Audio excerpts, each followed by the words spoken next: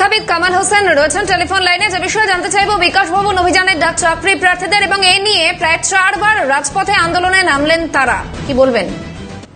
এটা পুরোপুরি ভাবে স্কুল সার্ভিস কমিশন তথা মমতা ব্যানার্জির অযোগ্যতার ফসল।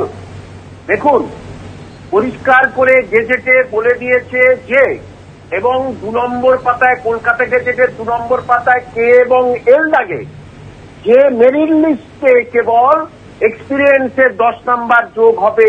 কিন্তু কিভাবে ওই দিন চেয়ারম্যান সাংবাদিক সম্মেলন করে মূর্খের মতো বললেন, একজন অধ্যাপক মূর্খের মতো বললেন যে 10 নাম্বার যোগ হবে রিটেন টেস্টে। কে দাগে একবারের জন্য ওটা লেখা নেই। তাহলে এই মিথ্যাচার কেন?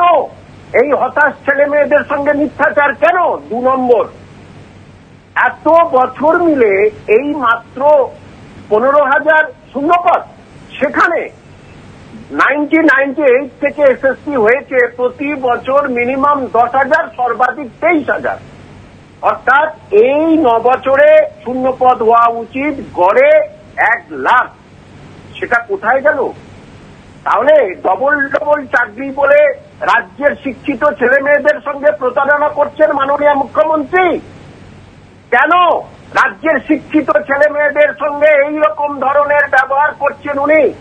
এবং স্কুল সার্ভিস কমিশন কেন এমন ধরনের মিথ্যাচারিতা করছে?